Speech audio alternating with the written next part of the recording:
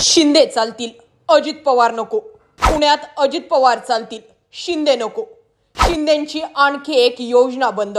Fadnavis शिंदेंना zero करण्याच्या तयारीत. 12 नोव्हेंबरला शिंदेंचा फैसला. निर्णय फिरतोय तर शिंदे भाजपात विलीन होणार. कोर्टात 2 निर्णय फिरले तरीही शिंदे हटवले जातील. नेमकं घडलंय का? गेल्या काही दिवसांपासून एकनाथ शिंदे विरुद्ध देवेंद्र फडणवीस आणि एकनाथ शिंदे विरुद्ध अजित पवार हा वॉर लपून राहिलेला नाहीये. पण आता हालचाली अशा दिसतायत की फक्त एकनाथ शिंदे नाही तर अजित पवारांना सुद्धा महायुतीतून बाहेर काढलं जावं असा सूर भाजपातून दिसून येतोय. छत्रपती संभाजीनगर जिथे शिंदेंचे 2 आमदार आहेत आणि भाजपाचा एकच आमदार आहे, तरी सुद्धा भाजपा छत्रपती संभाजीनगर मध्ये स्वतःला मोठा भाऊ म्हणून घेतोय.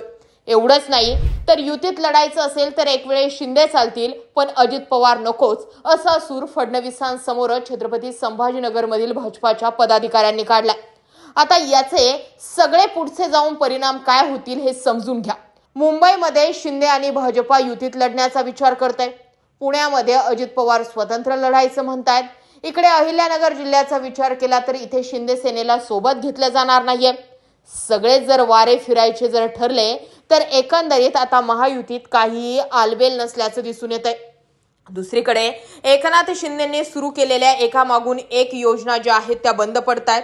आता याला मुख्य कारण कोणतं समजायचं असाही प्रश्न या निमित्ताने तयार होतोय. आधीही एकनाथ शिंदेंच्या कार्यकाळात सुरू झालेल्या आनंदाचा शिदा ही योजना बंद करण्यात आली होती आणि आता सुद्धा एकामागून एक एकनाथ शिंदेंनी सुरू केलेल्या योजना बंद केल्या जात आहेत. एकनाथ शिंदेंच्या कार्यकाळामध्ये घेतलेले अनेक निर्णय सुद्धा मुख्यमंत्री देवेंद्र फडणवीस यांनी थांबवलेत हेही नाकारता येणार नाहीयेत. आणि आता एकनाथ शिंदेंचे एकामागून एक असलेले मंत्री अडचणीत येत असल्या कारणाने सुद्धा आता एकनाथ शिंदेंना बाजूला करणं गरजेचं आहे. आता संजय शिरसाट यांच्याकडे पुन्हा भूखंड खरेदी विक्री प्रकरणामध्ये पुन्हा कोर्टाने काही ताशेरे ओढलेत. दुसरीकडे योगेश कदम हेही अडचणीत आहेत आणि तिसरीकडे 12 नोव्हेंबरला जस्टिस सूर्यकांत यांच्या समोर सुप्रीम कोर्ट जे आहे ते ठाकरेंकडच्या पक्ष आणि चिन्हाच्या विषयाबाबत अंतिम फैसला देणार आहे. यामध्ये 2 मुद्दे टर्निंग पॉइंट ठरवणारे असू शकतात.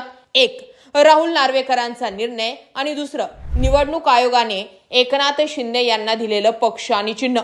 अपात्रतेचा निकाल हा मुळात कायद्याला आणि संविधानाला धरून नाहीच आहे असं याआधीही ठाकरेंनी स्पष्ट केलंय. एकतर एकनाथ शिंदेचे 16 आमदार अपात्र व्हायला हवे होते, नाहीतर ठाकरेंचे 14 आमदार अपात्र व्हायला हवे होते. मात्र ना ठाकरेंचे आमदार अपात्र झालेत ना एकनाथ शिंदेचे आमदार अपात्र झालेत. आणि मग दोन्हींचेही जर आमदारच अपात्र होत नाही तर याचा अर्थ दोघांचेही पक्ष जे आहेत ते व्हॅलिड आहेत. मात्र तसंही न करता राहुल नार्वेकर यांनी या सगळ्या विषयाला बुमरँग केलंय आणि हाच विषय सध्या कोर्टासमोर आहे. जस्टिस सूर्यकांत यांनी CJI भूषण गवई यांचा सल्ला घेण्याबाबत सुद्धा ठाकरेंचे वकील कपिल सिब्बल यांना सुचवलं, जेणेकरून अपात्रतेचा विषय आणि निवडणूक आयोगाचा विषय एकाच वेळी जो आहे तो बेंच समोर घेता येईल. आता भूषण गवई या विषयामध्ये काय इंटरफिअर करतात हे पाहण्यासारखे. मात्र याआधी जसं एकनाथ शिंदे मुख्यमंत्री झाले तसे पुढचे 2-2.5 वर्ष आणि आत्ताचे हे 11-12 महिने भाजपाने एकनाथ शिंदेंना प्रोटेक्शन दिलंय. मग निवडणूक आयोगापासून तर राज्यपालापर्यंत, विधानसभा अध्यक्षांपासून तर सुप्रीम कोर्टापर्यंत सगळीकडेच भाजपने फिल्डिंग लावली होती. मात्र आता एकनाथ शिंदे भाजपचाही बाप बनण्याचा प्रयत्न करतायत असं भाजपाला वाटू लागलंय आणि त्यामुळे आता सुप्रीम कोर्टामध्ये शिंदेंना वाचवण्यासाठी जर भाजपाने ताकद लावली नाही तर शिंदे हे हटवले जातील. त्यांच्याकडून त्यांचं पक्ष चिन्ह काढून घेतलं जाईल आणि शिंदे आमदार विना आणि पक्ष विना होऊ शकतात. अशा वेळी एकतर एकनाथ शिंदेंना भाजपात विलीन व्हावं लागेल किंवा मग ना घरचे ना दारचे अशी अवस्था होऊ शकते. या सगळ्या गोष्टींकडे तुम्ही कसं पाहता कमेंट सेक्शन मध्ये जरूर व्यक्त व्हा. व्हिडिओ मुद्दा आवडला असेल तर जास्तीत जास्त लोकांपर्यंत जरूर शेअर करा आणि या मुद्द्यावरती तुमचं मत कमेंट करायला विसरू नका. जय महाराष्ट्र.